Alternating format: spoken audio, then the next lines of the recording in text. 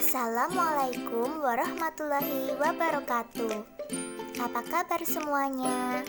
Hari ini kita akan belajar tentang sejarah teori atom, mulai dari teori atom Dalton, Thomson, Rutherford, Bohr, dan mekanika gelombang.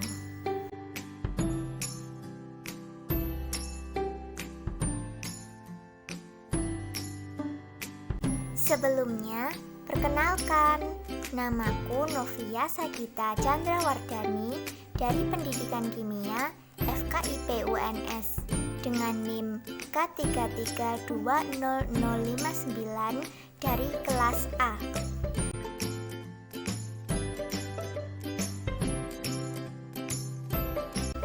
Sekarang, waktunya kita masuk ke materi perkembangan teori atom.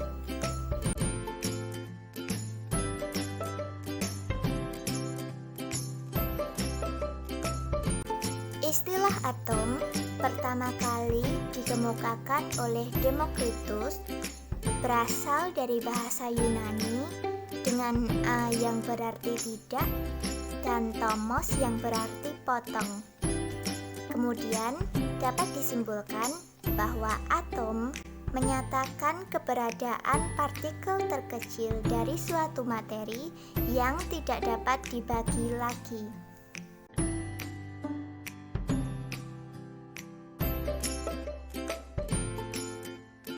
Teori atom yang pertama dikemukakan oleh John Dalton pada tahun 1808 dengan model atom Dalton, the billiard ball model. Dalton berpendapat bahwa atom berbentuk bola pejal yang padat dan tidak dapat dibagi lagi.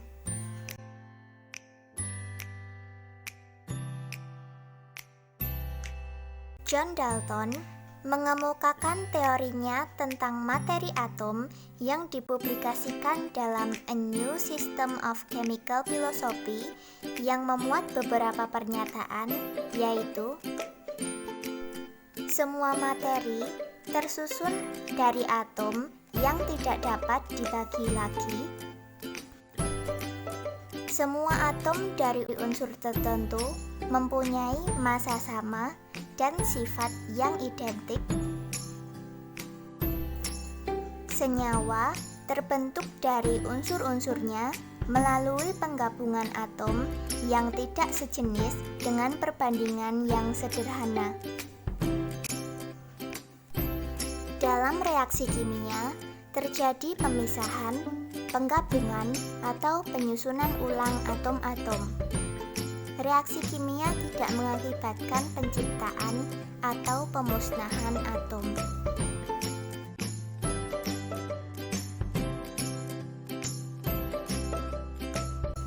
Setelah mengemukakan beberapa teori, atom Dalton ternyata mempunyai beberapa kelebihan, yaitu dapat menerangkan hukum kekekalan massa atau hukum Lavoisier, dan juga dapat menerangkan hukum perbandingan tetap atau hukum Proust.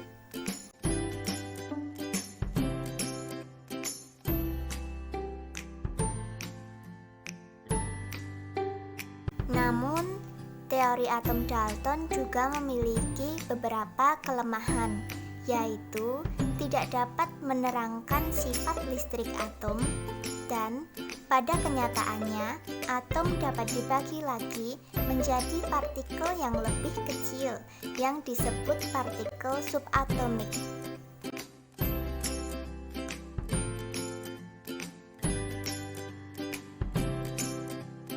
Model atom yang kedua dikemukakan oleh Joseph John Thomson pada tahun 1897 dengan model atom coklat chip cookie atau yang biasa dikenal dengan roti kismis.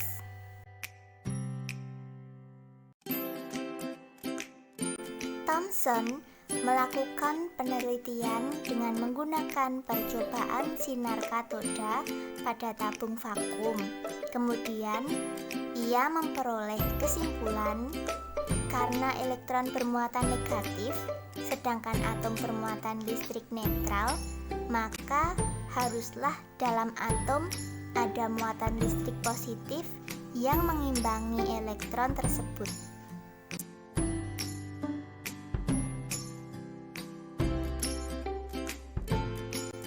Setelah itu, dapat diketahui bahwa model atom yang dikemukakan oleh Thomson memiliki beberapa kelebihan, yaitu dapat menerangkan adanya partikel yang lebih kecil dari atom yang dinamakan partikel subatomik.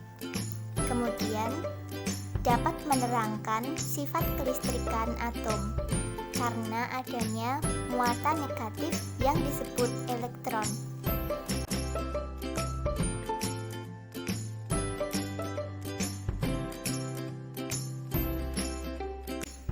Kelemahan dari model atom yang dikemukakan Thomson adalah tidak dapat menerangkan fenomena penghamburan sinar alfa pada lempeng tipis emas. Kemudian, kelemahan ini akan dilanjutkan oleh penelitian setelahnya.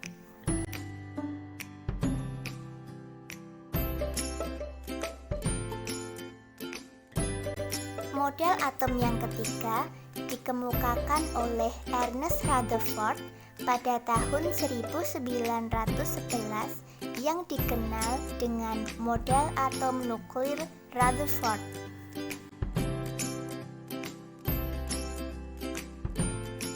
Rutherford melakukan penelitian dengan menggunakan percobaan penembakan sinar alfa pada lempeng tipis emas. Setelah itu, diambil kesimpulan usulan model atom nuklir Rutherford, yaitu atom terdiri dari inti atom bermuatan positif dan hampir seluruh massa atom terpusat pada inti. Elektron beredar mengelilingi inti. Jumlah muatan inti sama dengan jumlah muatan elektron sehingga atom bersifat netral. Sebagian besar ruangan dalam atom adalah ruangan kosong.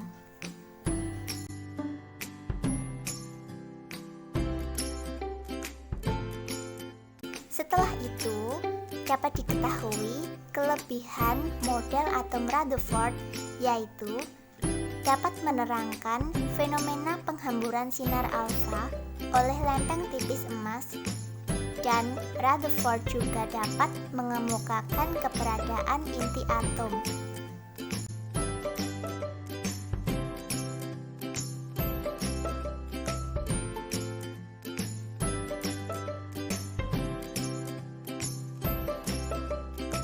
Namun, model atom Rutherford juga memiliki kelemahan, yaitu bertentangan dengan teori elektrodinamika klasik, di mana suatu partikel yang bermuatan listrik apabila bergerak akan memancarkan energi.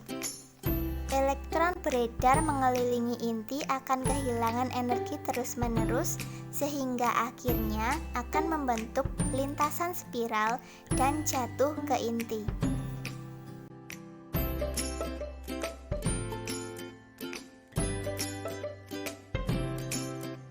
Model atom yang keempat dikemukakan oleh Niels Henrik David Bohr pada tahun 1913 dengan model Jimmy Neutron.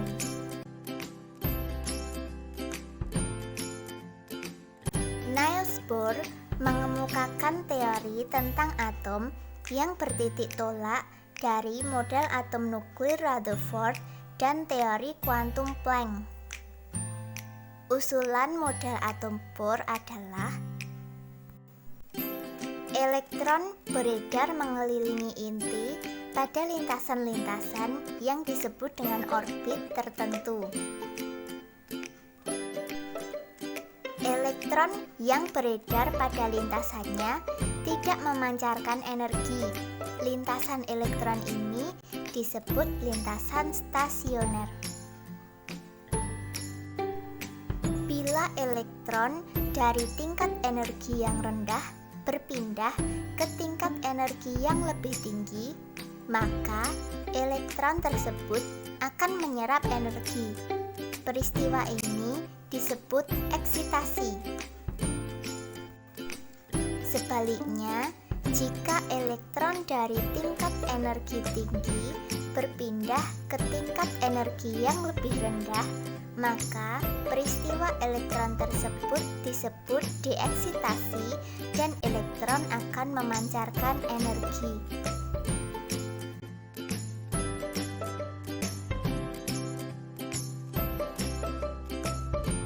Dengan demikian, dapat diketahui beberapa kelebihan dari model atom Bohr, yaitu Bohr mampu mengaplikasikan teori kuantum untuk menjawab kesulitan dalam model atom Rutherford. Kemudian, Bohr juga dapat menerangkan dengan jelas garis spektrum pancaran atau emisi atau serapan absorpsi dari atom hidrogen.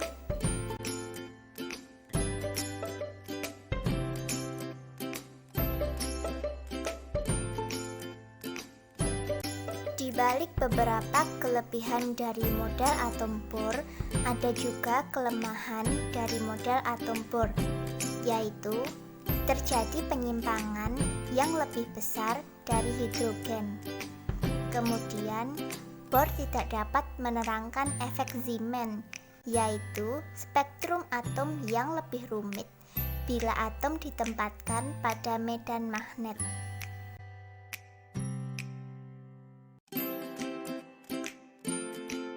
Kemudian, materi selanjutnya adalah model atom modern.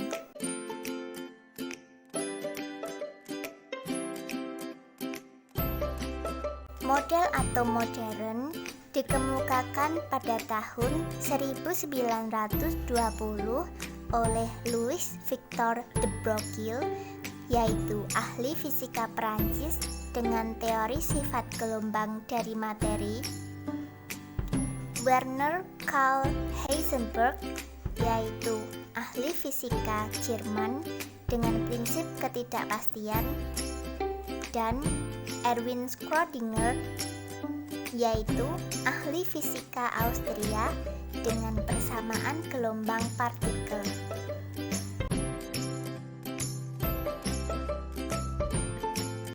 Asumsi yang mendasari teori atom modern adalah elektron dalam mengelilingi inti bergerak seperti gelombang. Kemudian, karena ada gerak gelombang dari elektron ini, maka kedudukan elektron di sekeliling inti menjadi tak tentu, yaitu berdasar prinsip ketidakpastian dari Heisenberg. Kemudian, suatu daerah di sekitar inti di mana kebolehjadian menemukan elektron terbesar disebut orbital elektron. Orbital elektron dapat diketahui dengan menyelesaikan persamaan gelombang yang dikemukakan oleh Schrödinger.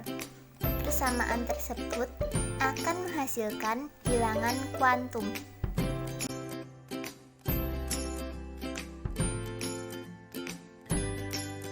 Model atom yang dikemukakan oleh de Broglie, Heisenberg, dan Schrödinger mempunyai bentuk seperti awan dengan subkulit-subkulitnya yang dikenal dengan model mekanika gelombang.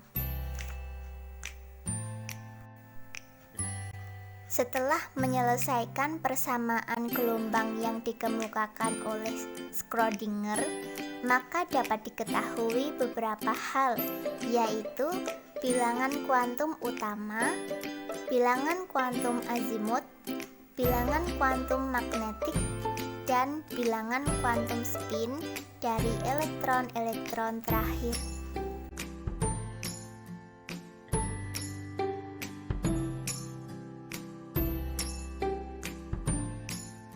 Yang terakhir, ada tips buat kamu supaya lebih mudah untuk menghafalkan urutan dari ilmuwan-ilmuwan yang menemukan model atom, yaitu Dalton, Tompo, Robert, Mekanik, yang diuraikan menjadi Dalton pada tahun 1808, Thomson pada tahun 1897, Rutherford pada tahun 1911, Bohr pada tahun 1913,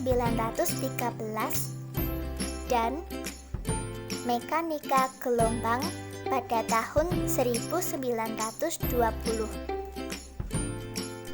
Mungkin dengan seiring berkembangnya teknologi akan dikemukakan lagi teori-teori atom yang baru. Kita tunggu saja. Terima kasih sudah menonton video ini sampai habis. Semoga ilmu yang telah kita dapatkan menjadi bermanfaat. Wassalamualaikum warahmatullahi wabarakatuh.